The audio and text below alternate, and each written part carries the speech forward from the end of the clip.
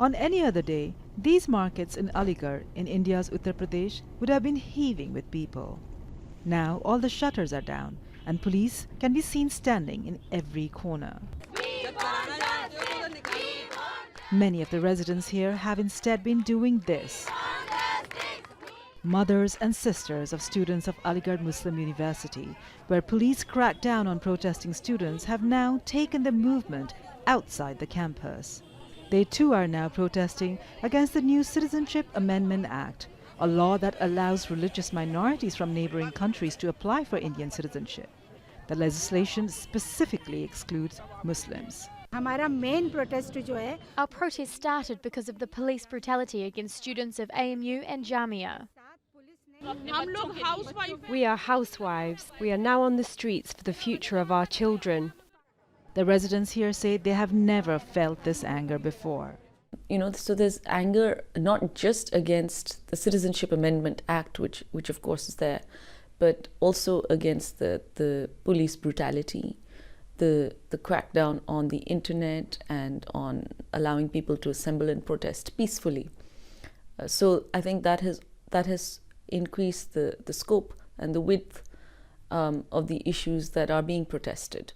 Regardless of your views on the Citizenship Amendment Act, you should be there protesting against this kind of crackdown on the right to protest and the right to criticize and the right to freedom of speech and expression. Security forces are here in large numbers, armed with tear gas and rubber bullets. The security forces over here are saying that these women don't have the right permission to protest over here.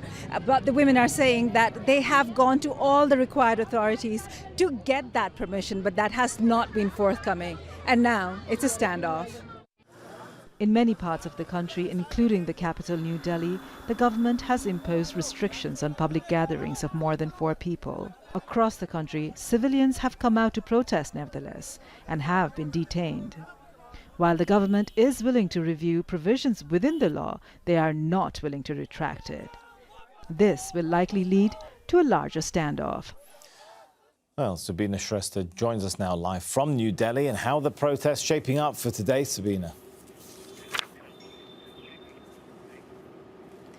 So today also the Section 144 is still on, so no gathering of more than 4 people are allowed. But across the country, internet is shut down and across different parts of the country. And in Assam, it just got restored after more than a week. And in Kashmir, it's still off, like it's been more than 5 months. So today in Delhi, the Bhim Army, which is a political group of Dalits, they're joining the protest. They're starting the protest in Jama Masjid and they're going down to Jantar Mantar, where most of the protests generally happen here. And they are now going to demand the withdrawal of the law, the new citizenship law, and the resignation of the Home Minister Amit Shah. But the probability is that they will be arrested before they can go very far. And Friday prayers are about to start, which means a large gathering of people today, but it's quite unsure how it might end up and how the government will react. And from the people that we've talked to, people are saying that this has gone beyond the universities and the protest will continue, and it's more than just about the citizenship law. It's about a constitutional and existential crisis, and a crisis on the very fundamental values on which this country was established. It doesn't look like this is going to fizzle out.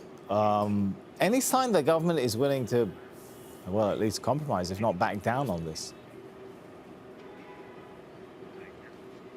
So the government is not backing down on it, but neither are the protesters, by the sounds of it. And it does look like a big standoff. It is very unsure, how the government will react. This morning, there have been these buses that were brought to the center of the city to bus in the police and bus out the protesters. So the protesters are going to continue, as well as the government is not willing to back down as of yet. All right, Sabina Shrestha there from New Delhi. Thanks for that.